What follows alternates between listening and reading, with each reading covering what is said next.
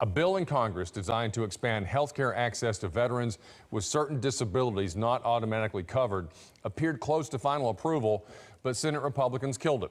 This has many veterans advocates angry and vowing to fight harder to get those who serve the country the help they feel is lacking.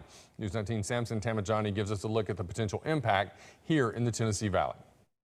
The PACT Act, as it's called, aims to establish a presumptive link between certain illnesses and exposures to toxic chemicals during wartime. But amid the controversial blocking of the bill in the Senate this past week, veterans in the Tennessee Valley don't want its purpose to be tainted.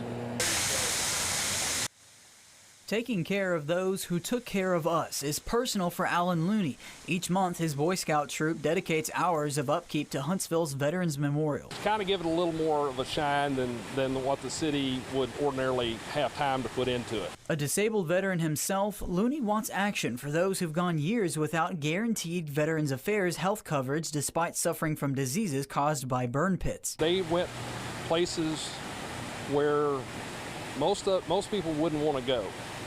And they took their life in their own hands and went and served.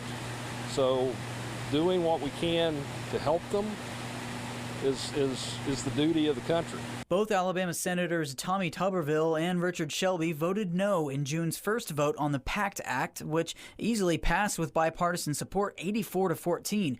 But for the potentially final vote, enough Republicans rejected it to stall it for now, 55-42.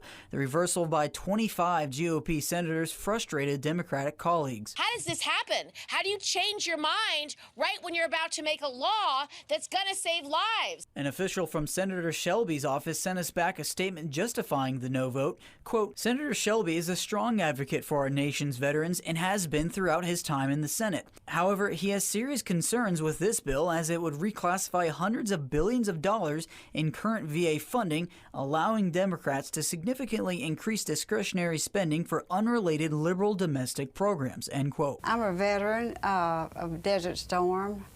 I was a sergeant. Someone, I don't know who, set the oil fields in Iraq on fire. That smoke came over our area. When I came home, the last lung chest x-ray I had showed 2 small spots on one of my lungs, which they're precancerous or maybe cancerous, I don't know. The setback in the PACT Act means some changes are likely needed before vets like Mary McCoy of Huntsville's American Legion Post 237 gets guaranteed care. I feel like the bill should have passed.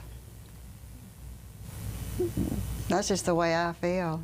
I think we deserve it. But Terry Womack of Huntsville-based group Still Serving Veterans looks forward to the next vote, which she thinks enough senators will get behind. The part that they've taken out was trying to expand some ways to improve payment to VA doctors, to be able to pull VA doctors in. I would really encourage people not to freak out that they're not going to pass this. I think they probably will. I think they've cleaned it up procedurally and it should go on through. In Huntsville, Samson Tamajani, News 19. Still Serving Veterans also says it and other organizations can provide free assistance for veterans that need help with health care enrollment. And now